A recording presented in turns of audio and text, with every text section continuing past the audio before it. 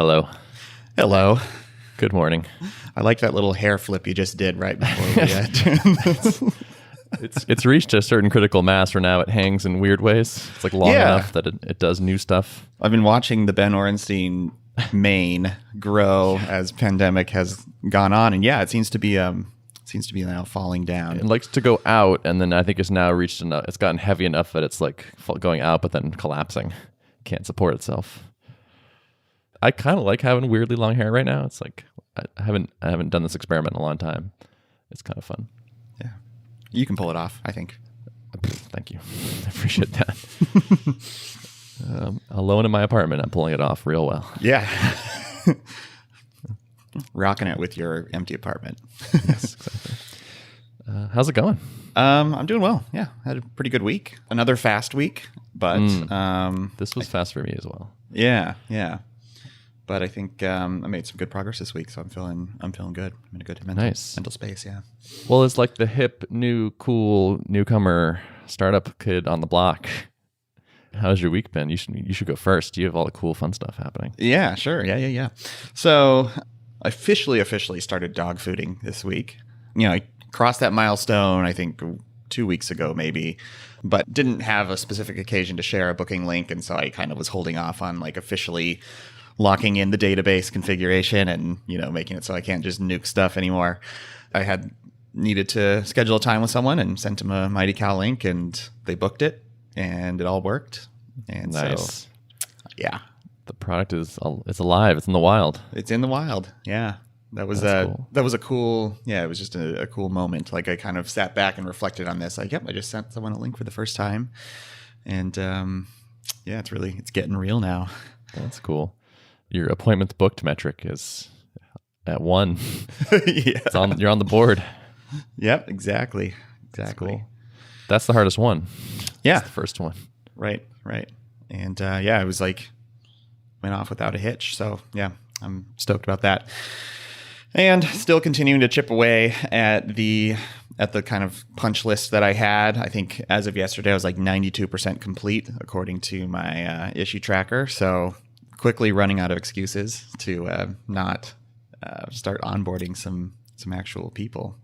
Right now, kind of the two pieces that I need. Well, Zoom integration is coming very quickly because most people need it. Like most people in my early access tribe really want to be able to automatically spin up a Zoom meeting. And I think some people might be okay with just like pasting in their personal Zoom link in a private field or whatever, since like Zoom has passwords now or whatever. But in general, like most people kind of just want that automatically spin up a unique room link when an event's booked. So yeah, last night I started digging into did a little off hours on this. I don't want to get too deviated from like the track of like actually onboarding people who don't need Zoom, but at the same time I want to I'd like to knock this out really quickly if possible. So started looking into the technical side of it, and I think it's going to be not too hairy. I have to implement an adapter for Zoom for the OAuth thingy in Elixir.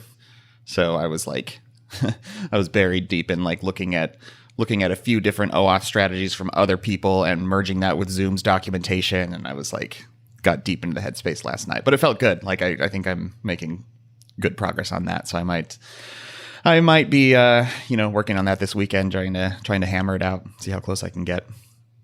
OAuth is definitely a bit of a pain, but also it's so nice that it's a thing that it works. Yeah.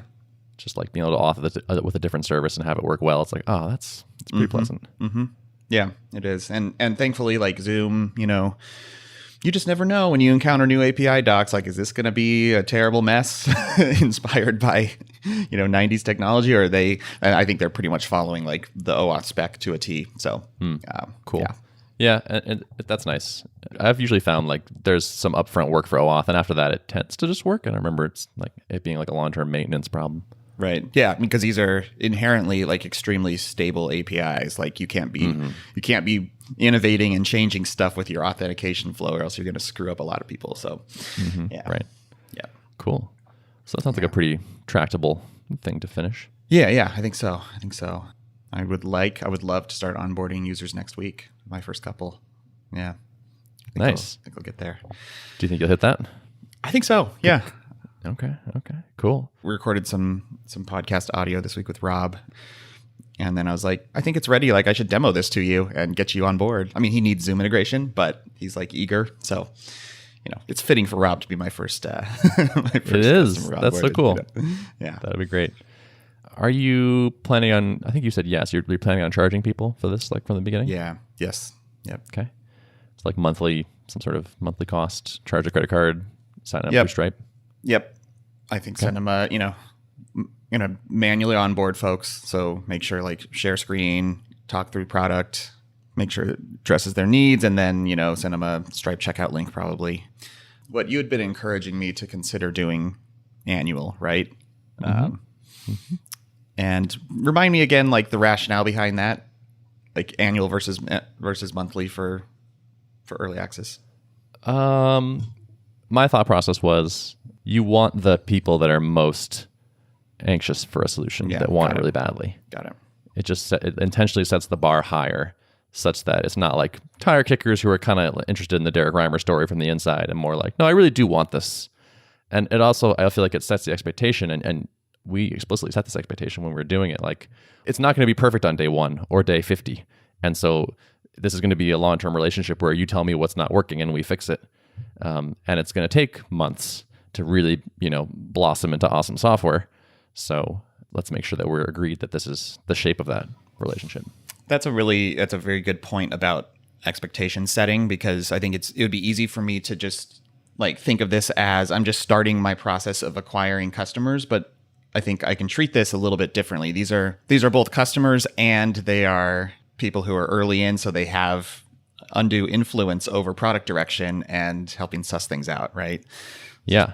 This is like your product mastermind or something. Yeah. Like these are essential influencers and, hopefully have good taste and want what you're selling and believe in the dream and are willing to look past your issues and all this stuff. So it's like you're like building an alpha of true believers, like getting the cult started. So if you say, oh, it's monthly and you can cancel whenever you want, it's like, that's not how cults work. Right. That's not how cults work. Yeah, this is true. They don't generally let you off that easy. Yeah, exactly. Yeah. And yeah, we didn't run into that much resistance from this. Like, I think this checks out for people. People get why this is a thing. Right. Like, plenty of folks were like, oh, I'm not going to do that, which, as expected. But like, we weren't trying to recruit plenty of folks. We wanted, a small subset. Right. You get the temptation of like, on the one hand, you can think of this as, this is early software. Like it doesn't check all of the value boxes that it ultimately will, because it's still under heavy development. And so I think some people are tempted to say like, I'm going to give you a steep discount on this thing because it's not there yet, which is sort of the opposite mindset. And I don't think necessarily helpful at this stage. Like if you're trying to entice people to come in, like you're setting yourself up as like, no, this thing's not very good, and here I'll toss you a discount to get you in now early, right? Yeah, well, right. It's bad framing. Yeah, exactly. I think it's mostly about framing, which is like you're coming on the journey with me, and the journey costs more because it's going to be interesting and it's going to be good for you. Like you're kind of sort of contracting me to build custom software for you.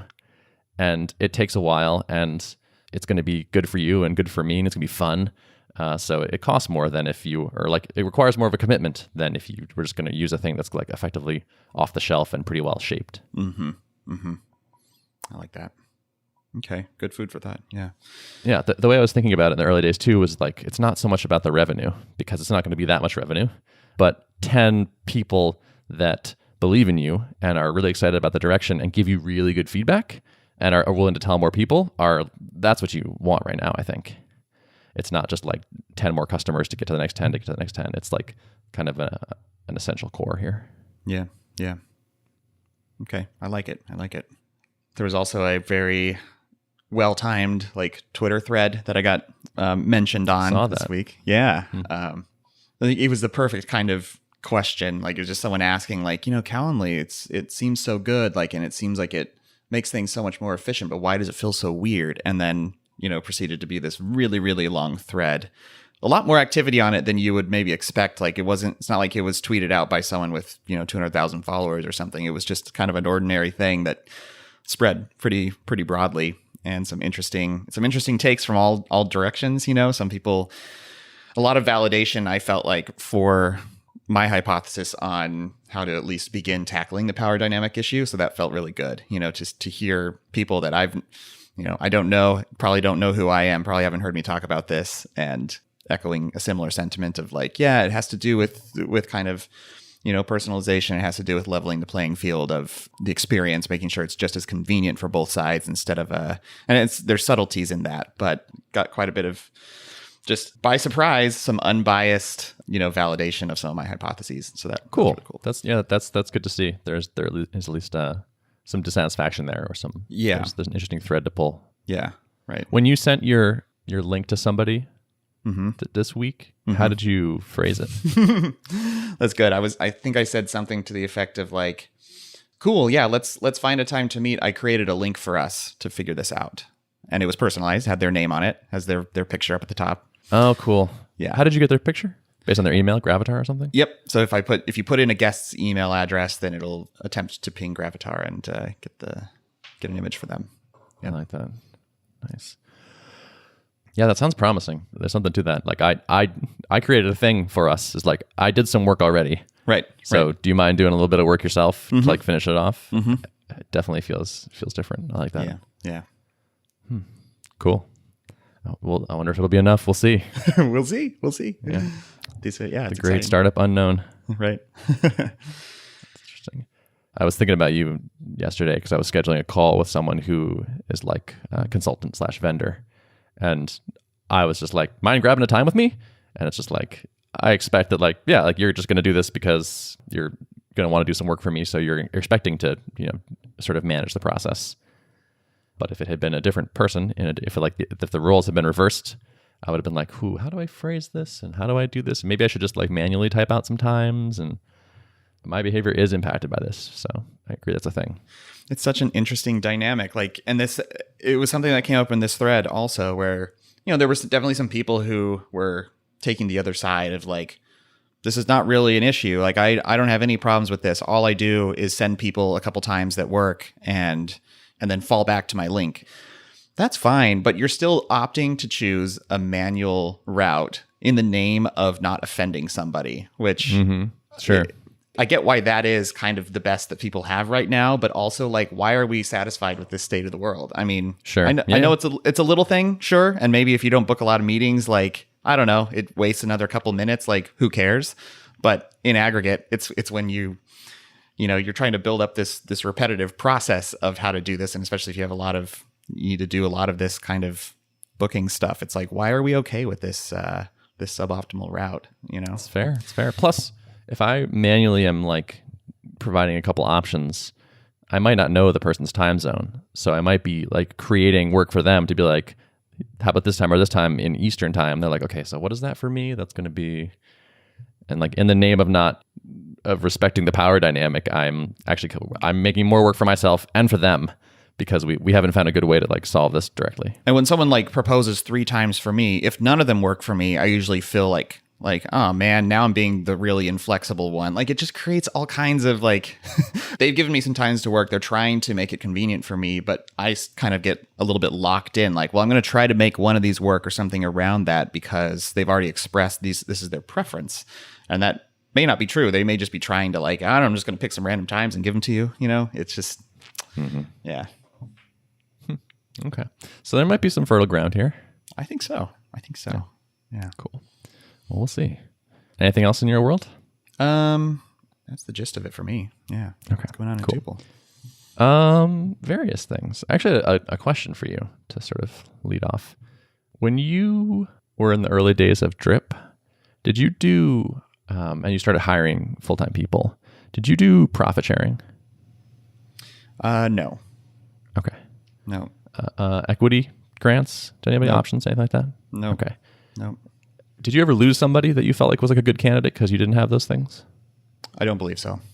Okay. I don't believe so. So you were like, this is not a startup anymore. It's a business. It's functioning. We're looking for employees, not like more partners, basically. Yeah. And to be honest, I think a big part of our pitch for roles that we were hiring for was like, look, we're a bootstrap startup, so the game is different. Like giving you options in this in this company. We didn't set out to like build a company to sell necessarily. It was like this would not be a good way to reward you. Profit sharing is a different, that's different than options. So that could have been an interesting thing to experiment with. But like, it was kind of like, we are offering you this amount of flexibility, this amount of like interesting work, agency over kind of what you work on. It's a small team. Like, we had all these other kind of benefits that we touted, and even, really early on when we were really scrappy, we couldn't afford to pay, like, someone could probably go work somewhere else and make more money too. And so that was something that we were kind of trying to combat and trying to make up for that with like, look, there's perks of being, having a high degree of influence on a really small team, building a really interesting app. So, yeah. Okay, cool. Yeah, we're trying to figure out all this stuff right now because we're starting to add people to the team, and so I think your approach, that makes sense. I think we probably will end up doing something kind of like profit sharing. I like the idea of like aligning incentives within the company and sharing in the upside and all that. The equity piece is interesting to me. I talked to a friend of mine the other day. I realized through talking to him that I think my brain has maybe been a little bit warped by VC-backed startup land, where it's very normal for a bunch of people in the early days to get some portion of equity in the company. Mm-hmm. We're not like a normal VC-backed startup. Right. Like, most of these things are not profitable. Like, maybe you don't even have product market fit yet, or like potentially burning huge amounts of money on the path to blow up by default most of the time. As opposed to like, hey, we have actually a bunch of profit. We have product market fit. The core thing is working. We're looking for like amazing people to join the team that are going to have an awesome impact. But at the fundamental level, you are like employees. You're not founders. Like the founding period has passed. The core thesis has kind of been figured out. And now we're executing on a model that exists. Yep. That's a wise way to look at it, because what would be the incentive? When someone's joining a VC-backed startup, you're basically saying like, I'm hopping on this high-risk endeavor, and we're all sharing in the risk and the reward and the potential upside from it. And that's just, the equation is just completely different for Tuple, Yep. Right. I think also the VC-backed companies will sometimes use that equity as a way to like lower salaries, right? Right. It's like a way to kind of lower your effective cost to the employee, because you can kind of give away stock without any direct cost to you, sort of, and it's just fine. Whereas that's not our strategy. We're not going to do that. Salary-wise, we want to pay great salaries. I realized, I was like, where is this model coming from in my head that like there's going to be lots of equity sprayed out in the early days, just like that's just how it's done. And I was like, oh wait, I'm thinking of like, and like I had numbers in my head, and I'm like, doesn't like the first person get this, and then like the next person get this, and I was like, oh wait, hold on. I think I read this in like a Paul Graham essay about Y Combinator companies. And it's like, okay, that's certainly a way to do it, but that's not who we are. Yeah. I think profit sharing is not necessarily a bad way to go. And like that, a lot of bootstrap companies have experimented with that. I think one thing to be careful with is like, if incentives are heavily centered on money and not kind of the other benefits of working for a small team like Tuple, then like, I don't know, you could end up with a little bit of misalignment of why someone's there, I guess. Totally. Yep. There's a book, I think it's called Drive. I need to read about this, like the research about like what actually motivates people, because I remember from reading summaries of books like this, it's like, it's not really about money for most people. Like, it doesn't actually work that well as an incentive. I think there's probably some value in aligning the incentives, because people tend to be driven by incentives, and like their behavior will be shaped by that. But in terms of, I don't think it's like we'll take someone who's not going to be happy at Tuple and be like, well, I'm getting a lot of profit sharing, so right, I'll stay here. I think that's unlikely to be satisfying to people in a deep way. Like, if given two technology jobs that are paying basically market rate for their skills, what's going to be the factor that tips them over to pick Tuple? And I think you don't want it to be, well, they're kicking me a little extra profit sharing, so I'll pick Tuple. You want it to be, that motivation to come from somewhere else. I agree with that. Yeah. I also realized this like kind of flaw in my thinking, where I was imagining like, okay, well, if we dedicate a percentage of profits to profit sharing, and then we hire somebody, and then like the amount of profit that each person is getting goes down, how do we fix that? And I was like, no, that's actually not a bug. Right. That's a feature. Like, there's a cost to adding a person. Yeah. And by aligning our incentives, we have made that cost apparent to everybody on the team. Yeah, there's a cost to ownership, and there's a cost to people sharing the owners, the partners, and the people sharing in the profit. I mean, when you hire someone, there's an extra chunk you can't take out as an owner draw, So yeah, exactly. So everyone that is interested in the profits of the business is affected by hiring someone into the business. And so profit goes down when you hire the person, at least immediately, hopefully not forever. And so it being reflected in, hey, we have less profit sharing because we added somebody to the team, is like, actually that's how it's supposed to work. That's like, actually, that's good. I think it makes it like, it's like, it brings the trade-off into people's minds and like makes it clearer. It's like, okay, well, profits are down this quarter because we added this person, but look how awesome they are. Or, profits are down, but they don't seem that awesome. Like, was this really a good choice? Like, are they having a big impact on the business?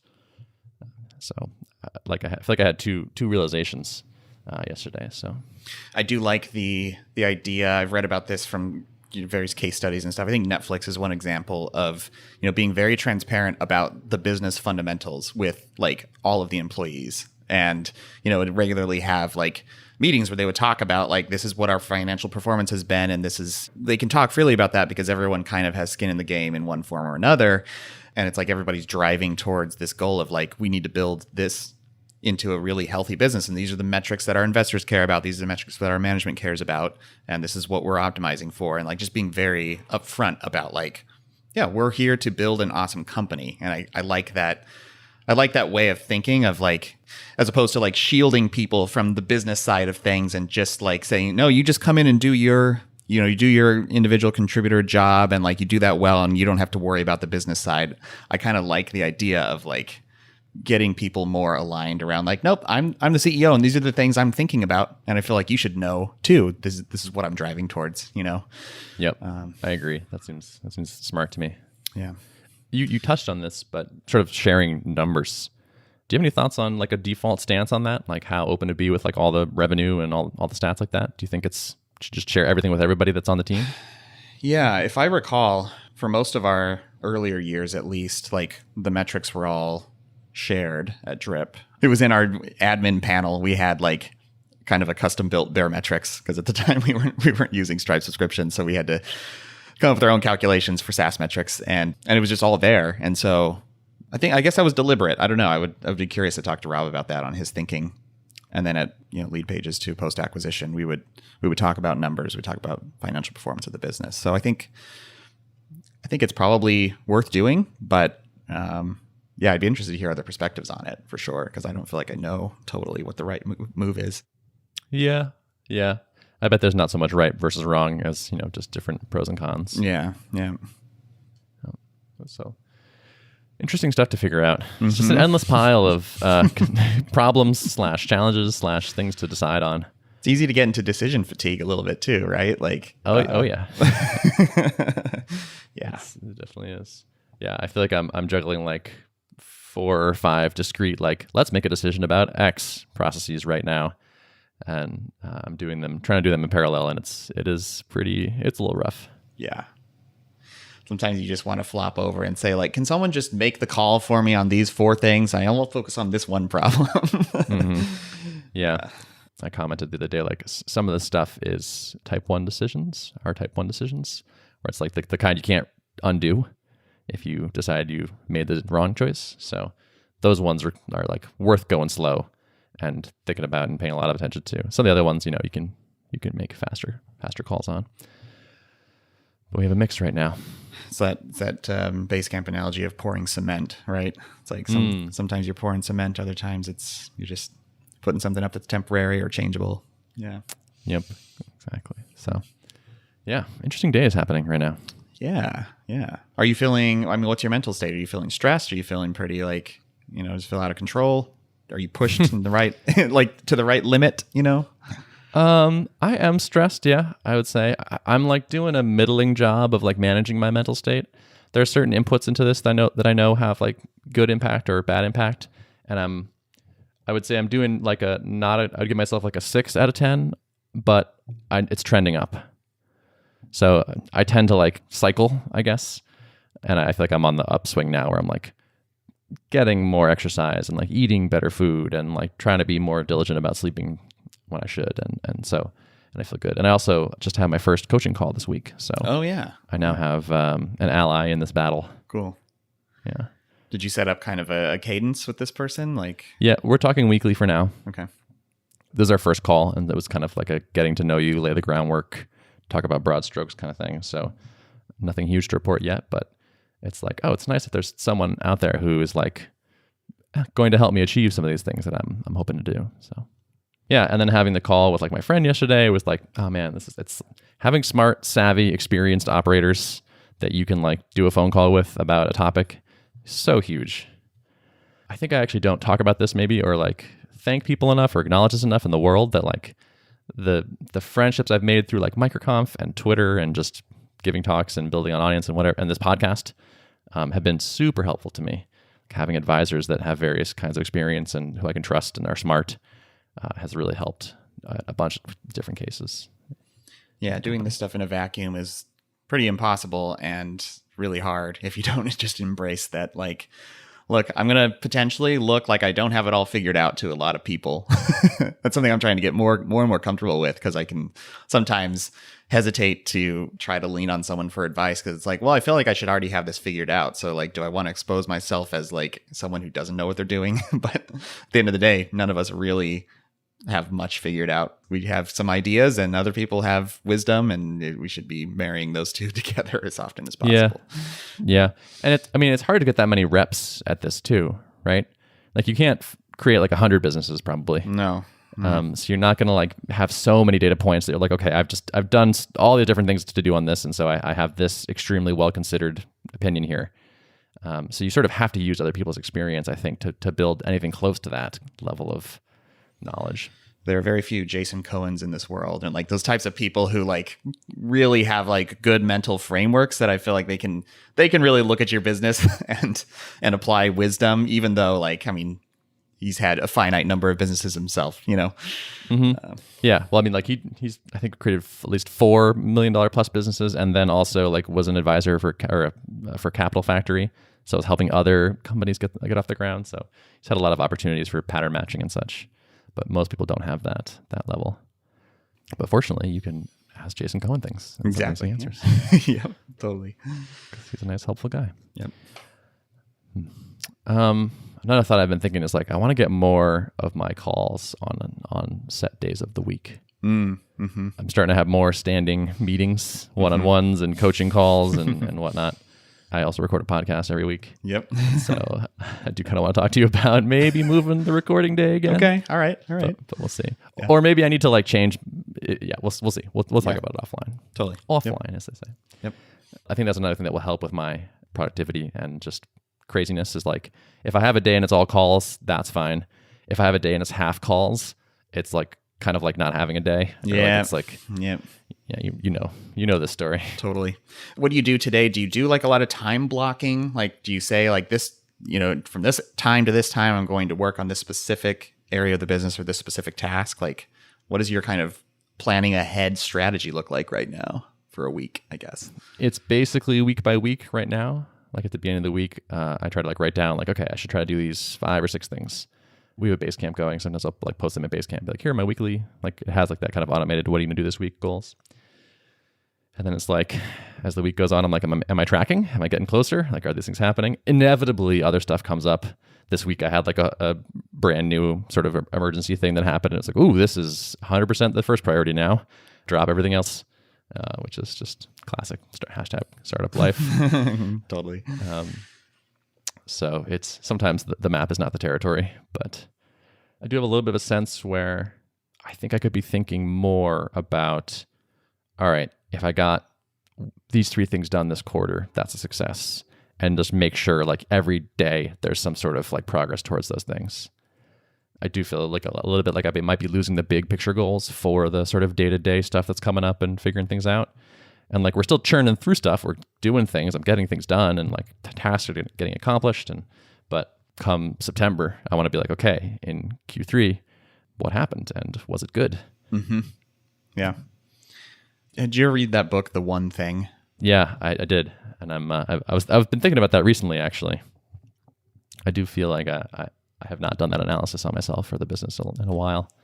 I like the 3s. You know, what are the top 3 things? And I feel like that's kind of a fractal concept. Like you can talk about that in the scope of a day, in the scope of a week, in the scope of a quarter, right? But then, yeah, it's interesting like that book where he was kind of like, author's thesis is like, no, there's one thing. What's the one thing? Like, what's the one thing if you accomplish would be everything would be easier or unnecessary or something like that? It's like, okay, well, that's interesting. And if you started it, what's the one thing for this year? And then, okay, what does that mean? The one thing is this quarter. What does that mean? The one thing is this week. That sounds worth doing, even if I do more than one thing, which of course you're going to do. But knowing my one thing right off the top of my head sounds like an important strategic consideration. Yeah, and a good, like, I don't know, it's like we're always just playing mind games with ourselves, like trying to figure out how to make it so that we don't feel like we're behind the 8 ball or failing. And a lot of that is just convincing ourselves that, like, we are finite, our time is finite, we're doing our best, and it's never going to, like, I was just remarking this to someone the other day talking about like the speed of development, and I said the words like, well, it's never fast enough for me, I'm never going to be satisfied. And it's like, that's not a healthy perspective to have. It's recognizing a fault in myself that, like, that's my inclination, and it's what I'm having to fight back against all the time, lest I just be in a constant state of disappointment and stress because it's not going fast enough. Yeah. Going back to mindset shifts, I was talking to this friend and I told him, like, I kind of feel like I'm failing. And I think I have like several very disparate areas of the business that I think should be being worked on. We have like hiring and also product management, but also marketing. And it's like, okay, so like those are departments, in real companies, in larger companies that, could have hundreds of people in each of them. And I'm like, I am not crushing any of those. And so I feel like guilty about all of them, basically. And I was saying, like, it's time for me, I think, to shift away from the, like, okay, the thing I should be doing then is like work on all those things, like be more diligent, be more productive, get more done over here, and then also get more done over here. And it's like, oh, no, actually, no, you've changed to the new phase where it's like you have to figure out how to get more done in the business without putting more time into it, or without it coming from you directly. Maybe you need to automate things or hire or, find ways to delegate differently or something. But it's the answer, I think, is less and less. Just figure it out, dude. Like keep just add it to the to-do list and make that priority higher than that priority. And it's like, I actually don't, I can't do 3 major functions that well. I can do each of them part-time at best. And like, am I world-class at some of these things? Like, could we find someone world-class? Yeah, probably. So yeah. And you have a responsibility to the business to not burn yourself out. Like that's one of your fiduciary responsibilities is like, don't completely waste the Ben resource. Like there's high leverage areas for you to be focusing on, and like, getting yourself out of the loop of trying to be the one to chip off these to-dos is not the best use of your time, and will burn you out if you try to do that for too long, Right, exactly. The good news, my friend pointed out, is like once you make the shift of like, I'm going to do the work, and if more work needs to be done, I have to do the work, I'll do the additional work, to how do I get that work done without doing it myself? That's like kind of the last shift. Like you make that shift into it, and now that's just the new way of operating kind of forever. And you're building, maybe as we grow, like more complicated structures, and it's different to run a company of 50 people than 10 people, of course. But the basic process of like, what should the company be doing? How do we get that done? Who can we plug into here? Or what structures can we create? That's the work maybe forever. Yeah. Once you stop trying to, force yourself to do those things, you start thinking in that mindset for all your team members too. So like, you're like, well, I can't just, shove this to Spencer and Joel. Like they have their areas that they need to focus on. So now like I need to figure out how to like, that was something I always remember when we would talk about hiring, he'd always say like, well, I know you can do this. I know that, but like, is that the best use of your time? Like we have you focusing on this part. So therefore I need to go hire someone to do this thing, and totally. Yeah. That's really good. And like, I think that's part of my guilt is like, I know I can do these things. Like I have ideas and like skills and whatnot in a bunch of these areas, but that doesn't mean that I should do them. Yeah. But man, it has been a little rough, honestly. It feels like a bit of a trap where it's like the business is doing well, which means there's more to do or more opportunity, which means, and like the more opportunity not being taken advantage of makes me feel bad. And so it's almost like as the business succeeds more, I feel worse. The more aware you become of what it could be doing. And Right. And like the more we succeed, the more I feel like I'm failing, basically. It's like there's all these tasks, there's all these things. I'm only getting I'm getting a smaller portion done of all the things that seem worthy of doing. Yeah. And so it's like, crap. What a funny paradox, man. Yeah. Yeah. Doesn't feel funny in the moment. Right. No, I know. But yeah. just to say it is just you have to laugh a little bit. But yeah, I know. Yeah, I know the feeling. It doesn't feel good. It was like you would think like when we were at like 10K MRR or something, we'd be like, it would be sadder or like more stressful or like feel like, oh man, we really got to. But like it felt great. We were having a great time. I remember feel like I think I was way more relaxed and had a sense of like, yeah, there's plenty to do, but we'll figure it out.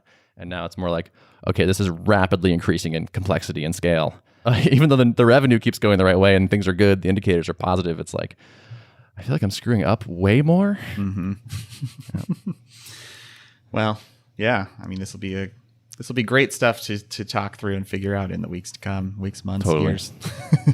Yep. Glad we have this podcast to talk about it. Me too. Yeah. Thanks for listening. Yeah. Cool. All right. Notes of the show? Notes for the show can be found at artofproductpodcast.com. Thanks for listening. See ya.